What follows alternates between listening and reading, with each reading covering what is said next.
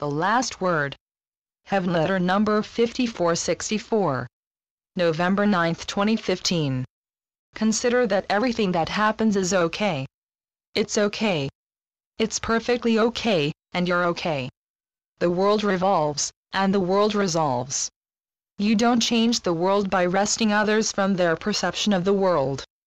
Dear one, you have to come to the place where it is okay for life and the people mingled in your life to be the way they are. No one has to be your favorite flavor of life on earth.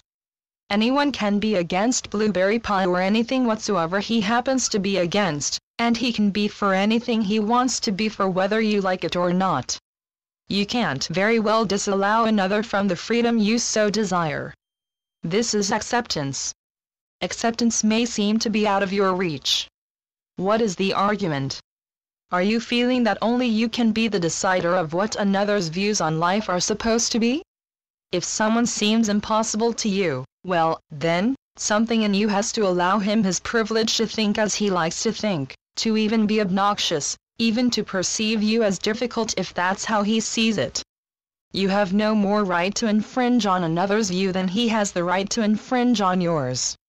When you are dealing with people who drive you up a wall, remember it is your difficulty you are dealing with.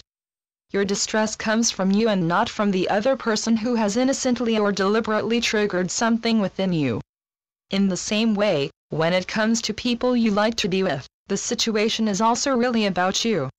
Those who are easier for you to deal with just as they are, you also contribute to them with your openness to life.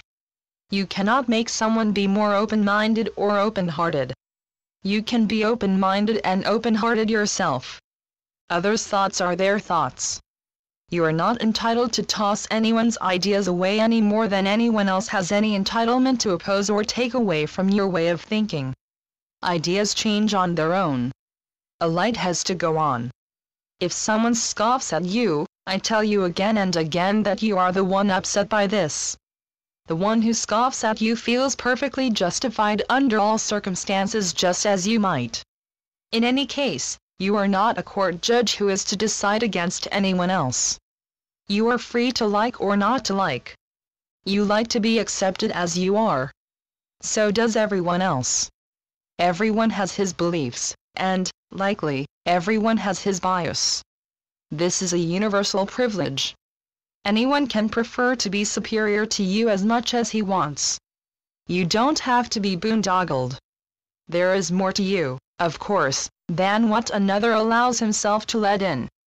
If someone really knew who you are, who knew the depth of your heart, he would love you. And if you really knew another's inner being, you would also love him just as he is.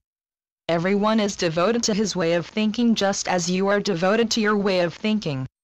If someone were a character in a novel, you might enjoy him. You really might.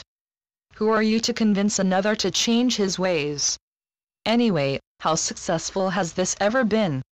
No one has the last word. And, if, somehow you find that you have the last word, this can only appease weak-kneed ego, for a little while. This is all the last word can do. Does it have to be so hard to let go of another in the world? Can you not release another from your boundaries? Channeled by Gloria Wendroff. Heavenletters.org